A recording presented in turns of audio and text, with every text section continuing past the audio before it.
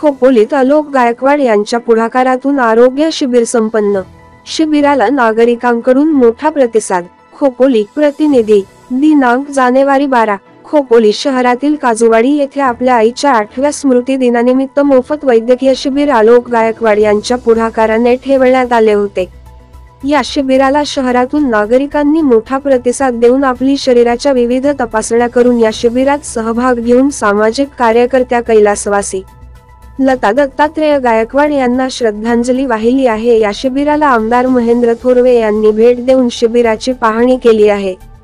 खोपोली शहरातील काजूवाडी या भागात सर्वसामान्य गरीब कुटुंब वास्तव्य करीत असून दैनंदिन जीवनात काबाड कष्ट करीत असताना आपल्या आरोग्याकडे नकळत दुर्लक्ष करीत असल्याने येथील आलोक गायकवाड यांनी युवा मंच पाटणकार चौक, आमदार महेंद्र थोरवे युवा मंच, कमला रेसिडेन्स व काजूवाडी ग्रामस्थ यांच्या संयुक्त विद्यमाने आपल्या मातोश्री लता दत्तात्रेय गायकवाड यांचे 8 वर्षांपूर्वी निधन झाले तेव्हापासून आपल्या मातोश्रीच्या स्मृती दिनाच्या निमित्ताने आरोग्य शिबिर आयोजित करीत असतात। रविवारी काजूवाडी येथील आदिवासी जिल्हा परिषदेच्या विद्यालयात येथील नागरिकांसाठी आरोग्य शिबिर आयोजित केले होते। या शिबिराचे उद्घाटन काजूवाडी ग्रामस्थांचे अध्यक्ष नितीन जगताप यांच्या हस्ते करण्यात आले। याप्रसंगी मंगेश गायकवाड, आशिष केलजी, अमर बोराडे, तेजस जाधव, लॉयन्स क्लबचे अध्यक्ष दुपेंद्र भदौरिया, शैली मेहता, चेतना केजरीवाल, अजय पुजले, कल्पेश शहा, अपोलो हॉस्पिटलचे डॉक्टर